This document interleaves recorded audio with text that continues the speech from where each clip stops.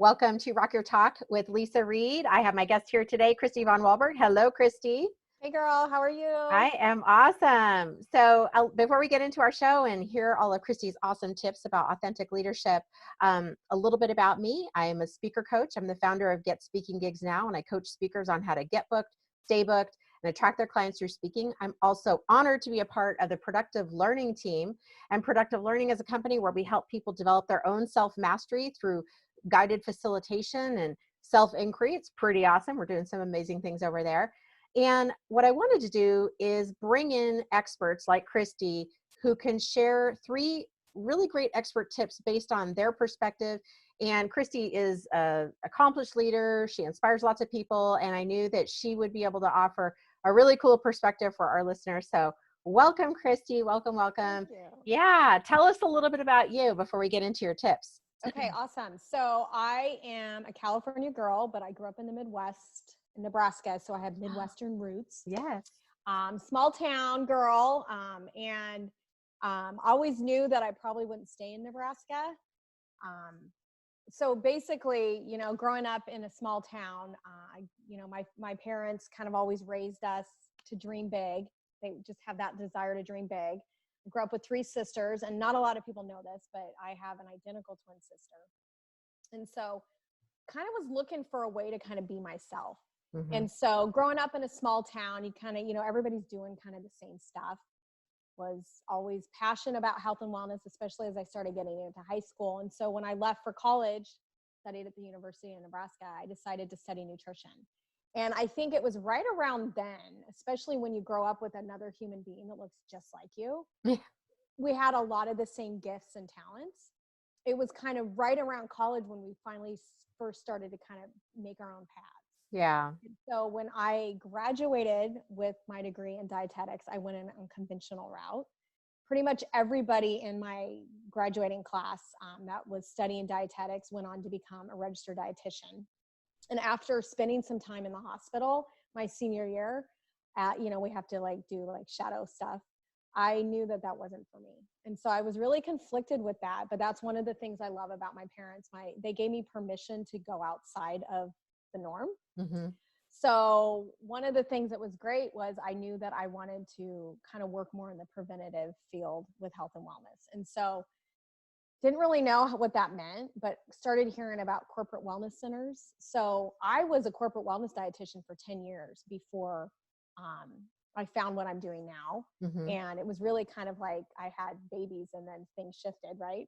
Totally. So, you're like, okay, what do I do now? How do I make a living? And still, So your life shifts and your priorities shift, but those core values were still there. And so when I decided to not go the traditional route, that was probably the first time I really listened to that gut intuition, like authentic person in me saying, that's not for you, mm-hmm. and going out on a limb. So that's kind of what brought me out to, it's what brought me out to California. I did an internship at the White House, actually, in their wellness center. And I was the first person they picked with a nutrition background, not just a physical fitness background.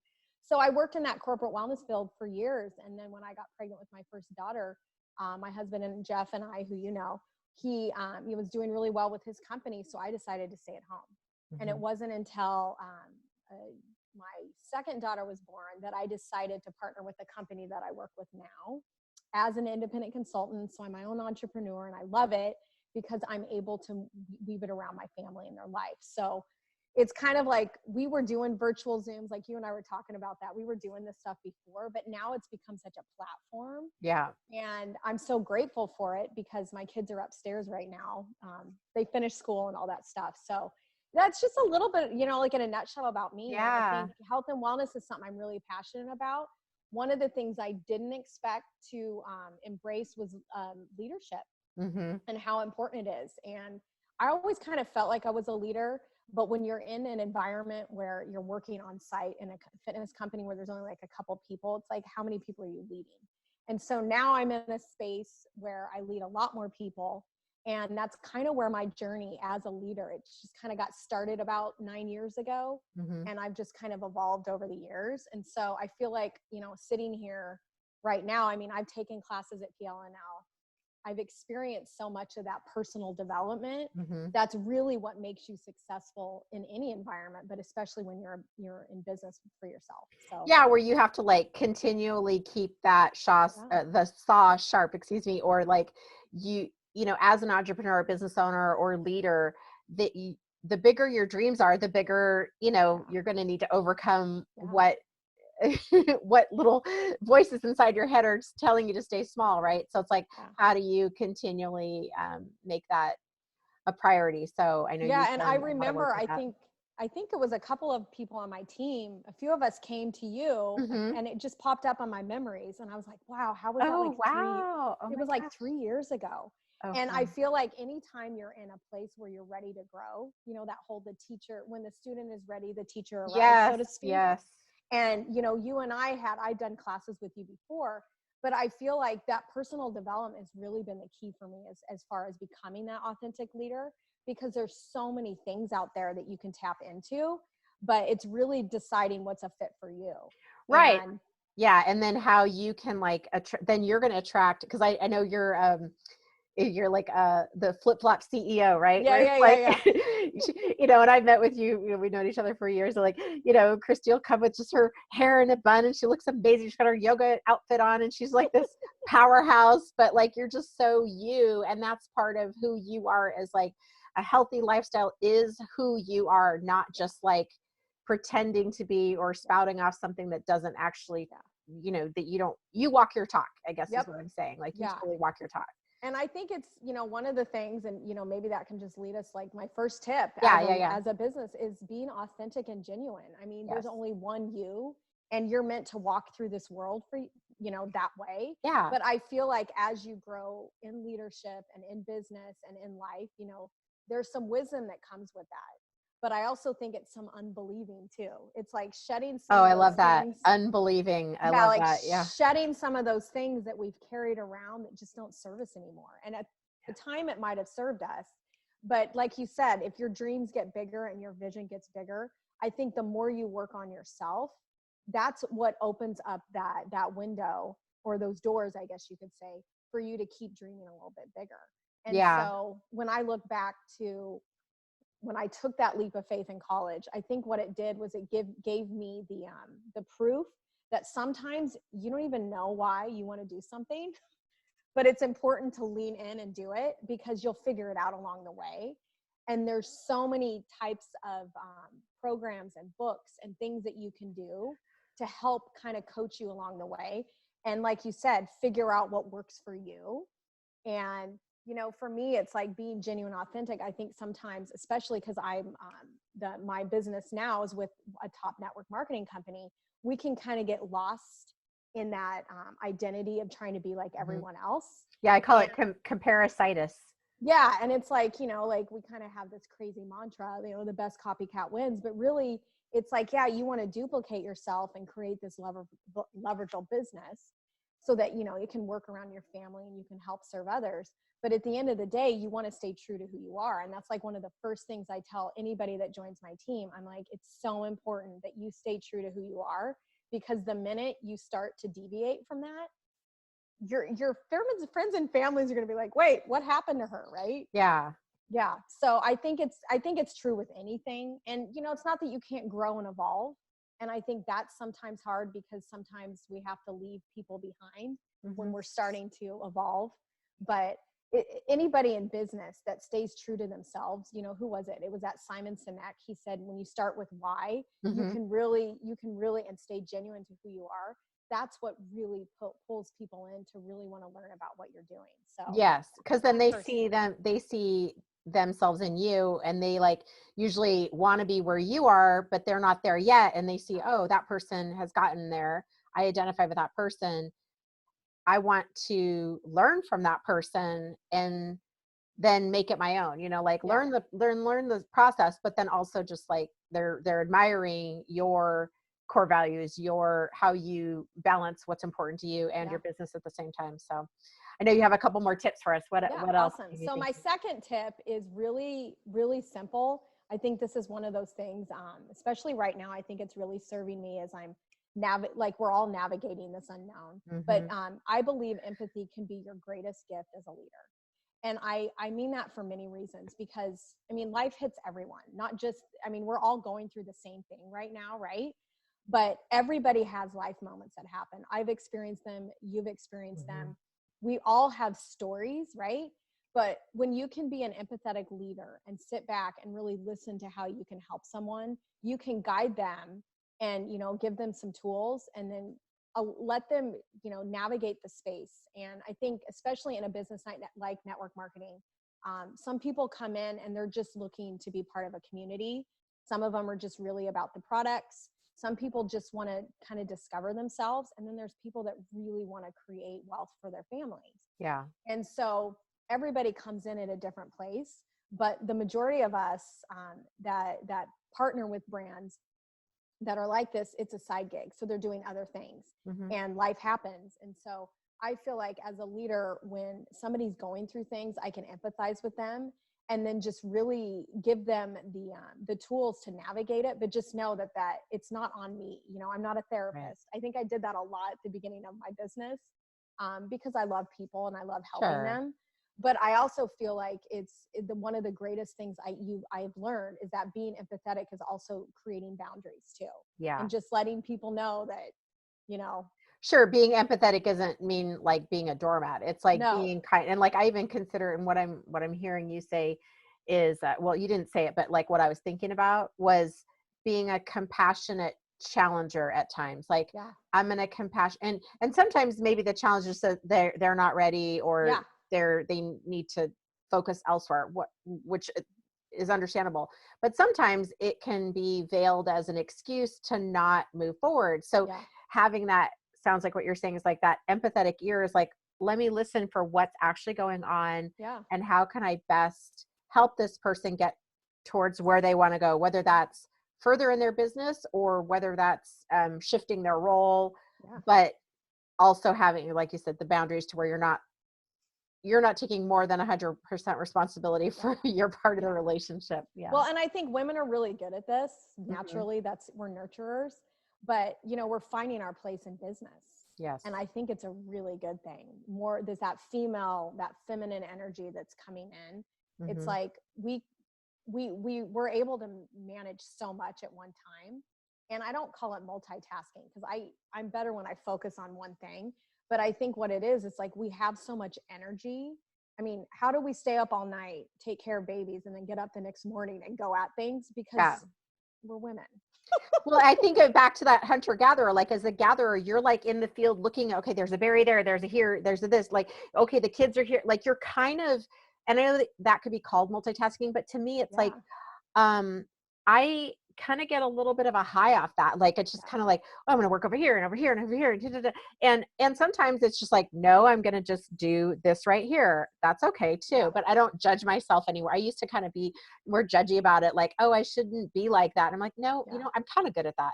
So I'm just going to own it. And then because we're wired when I that do, way. and sometimes it works and sometimes maybe I should pull back. Like we literally can make dinner, the kids are playing and be on a conference and you're call, like, and it's all good. It's all good. Exactly. We do have this kind of innate likability.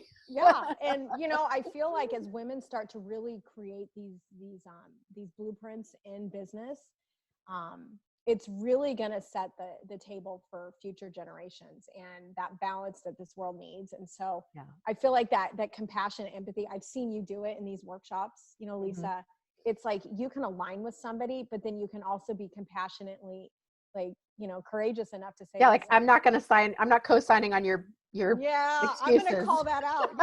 Because at the end of the day, a good leader is somebody that lifts the lid for other people. You know, one of the greatest leadership trainers I love listening to is John Maxwell. I mean, he's the best. And so I feel like anytime, you know, I can do things to help lift the lid for other people, it starts with doing it for myself and then creating that space to do it for others. That's where I feel like the empathy comes in, because if you can align with them, then you can help figure out how to help them lift their lid. So. Absolutely. I love that. Lift your lid. Lid. What's your my third and final tip.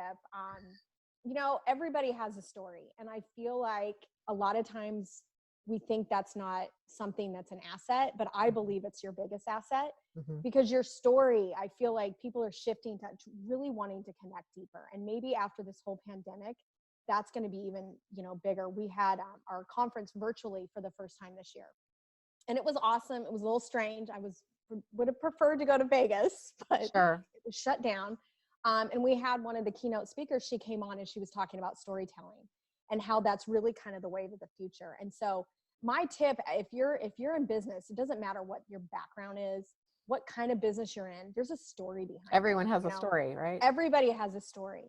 And I feel like it can be your greatest asset, because I think really what it's going to allow you to do is align with the people that are part of your tribe, so to speak. That whole, like, your vibe attracts your tribes. Mm-hmm. And obviously sometimes you got to raise your vibe. If you're not growing, you're not raising the people you're around. But I don't know who said this, but you are like the 5 most people you hang out with. Yep. Yeah. So the way I look at it is, if you're sharing your story and being authentic, right, then you're going to attract the right people that are in alignment with where you're at and where you're going. You can't help that. So I feel like my story has evolved significantly over the last, few years, and Mm-hmm. mainly because I was willing to lean in and do the work. Mm-hmm. But then it's also really great as a leader and a business owner to turn around and see those fruits of your labor. See you starting to align with people that, are world-class leaders, and you can see that they're fulfilling their dreams, and then they're turning around and helping other people. I mean, it's the most satisfying thing in the world. It brings me so much joy watching other people go after their dreams. Like, I love that. Yeah, me too. I like that. It's like, kind of like you, I've seen you evolve into this, and it's Mm-hmm. so fun to watch it, because I feel like then it doesn't seem like it's as much work. You're just having fun, right? Yeah. I love, as much as I speak, I've, spoken over 500 times and things like that. And I still do, and I still will. I get more pleasure. Well, I don't know if it's more, I don't know if it's not a contest, but I get a lot of pleasure of helping someone else find their voice and giving them the tools or the confidence, allowing that confidence to come through so that they can share their story. And it's all in service of, creating that ripple effect, where it's like, if a person has a passion or expertise that's really gonna help other people, I want to give them those tools so that they can go and affect those people. So it's kind of like, I'm sort of like behind the scenes, like super cheering them on. I don't have to be the front center all the time. Yeah. It's like a behind the scenes teacher. Yeah, it's like you're facilitating this so that other people can have a platform. Yeah. And because you have this knowledge, you can coach them so that they go out and they're more successful. Yeah. And it's so funny. I'm not even going to tell. I've been working with a gentleman who does this thing called mind mapping. I don't know if you've ever heard of it. Pretty awesome. Mm-hmm. And so we're just kind of like, he said, it's just subtle upgrades to just really take you to the next level. Mm-hmm. And one of the things that made me think about when we were talking about the multitasking is, I think women, the reason why if we get focused on one thing too much, it doesn't serve us. And so anytime I've been doing my business too long, I take a break and I go do something like Motherly or whatever. Mm-hmm. But I'm creating space to do outside my work, because, we kind of have a lot more time on our hands. We're not driving around doing stuff. So I would get so focused, and at some point you're like, I can't work anymore. Like, I don't need to be doing this all day, or I can't be with my kids 24/7. And so he suggested that I take some time to be creative. And one of the things that I'm wanting to do, which is so telling about how the universe works, is get more into speaking. Yeah. And I'm not joking. The next day or 2 days after his and my conversation, you sent me, I don't know if it was a text or an email, and you're like, hey, do you want to do this? And I was like, I'm going to take that as a sign right now. It works like that. It really does. It really does. It wasn't something I did. It's like, that energy connected us. So it does. I'm super grateful for this. And I've been following you, and I love what you're doing. And I think it's great. So I'm really grateful that you asked me to be on to share, because absolutely. Yeah, it's good. Yeah. I find that experience happens quite often. And I tell people, when you put that stake in the ground, all of a sudden things show up, and it comes from just usually somewhere you wouldn't expect.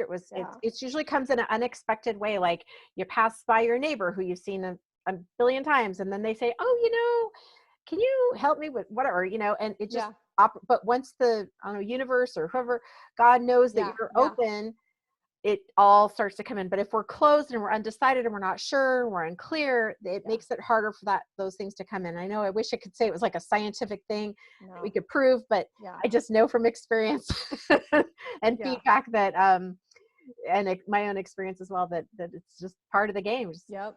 And I think when you get really grounded in being authentic and genuine, and you are in alignment, whether you believe in God, you believe in the universe, like all that stuff, it really is when you come into that alignment, it's like things just start to fall into place. Absolutely. Because you're not trying to be who you're not supposed to be.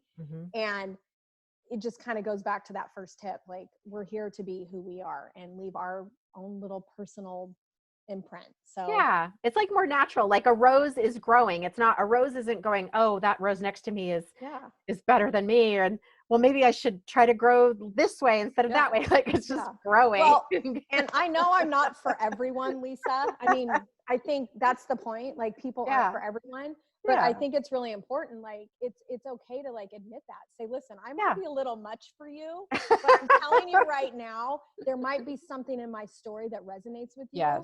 So maybe just sit back and, give it a little listen, because we all have different ways we go about sharing things. Absolutely. But, and then I want to make sure people know how to find you. Cool. Awesome. Yeah. The best way to find me is on Instagram right now. I'm kind of in a rebranding phase. I'm working with my babysitter/assistant. She's kind of shifting my Instagram. So the best way to find me is on Instagram, and I have some good information on that. And it's just my name, Kristy von Waldburg, Kristy, and then my last name, von Waldburg, VonWaldburg. I know, it's a crazy name. I went from Bern to von Waldburg, and so it sounds a lot fancier than what it is. But I really feel like that storytelling presence is something that a lot of people are going to embrace. So that's kind of what you're going to find on my social media. And then if you want to learn more about the company I work with and the healthy living coaching I do, I have all that information there. Yeah, you have so many great tips. And then make sure and comment or subscribe below. Ask questions if you have questions for Kristy and how she got started. We want to hear from you. And of course, if you know someone who could benefit from this information, definitely, maybe it's another speaker or someone who's just kind of struggling and not really sure, maybe they're stuck on making a decision. You can forward this to them as well. And I have a bonus question for you, Kristy. So here's the bonus question. This show is called Rock Your Talk. So I got to ask, what is your favorite rock band or rock singer? And if you don't like rock, then, well, we can talk about other genres. Oh, I love AC/DC. Woo! Yeah, there we go. I do consider Pink to be somewhat pop rock. Oh yeah, for sure. Love her. She's amazing. She's iconic. AC/DC I've known since I was a kid. Anytime their music comes on the radio, you got to jam out to that. I got to jam out to that. I don't know if you've ever been to Nashville. Have you ever gone to Nashville? No, I haven't. Okay, so one of the things I love to do is sing, and that's something I'm trying to get back more into. But it's one of those universe things. But the guy asked me to come up. He heard me singing on the side, and he's like, "You got to pick a rock song, though." And I was like, the only one I could think of was "Shook Me All Night Long." That's a hard song to sing. My goodness. Tell me about it. But I sang on the stage in Tootsie's. So oh my gosh! It was That's where I recognize you. I don't think any of that video went viral. But it was a lot of fun. But yeah, Pink, the pop rock, and then AC/DC for sure. I love it. I love both of those.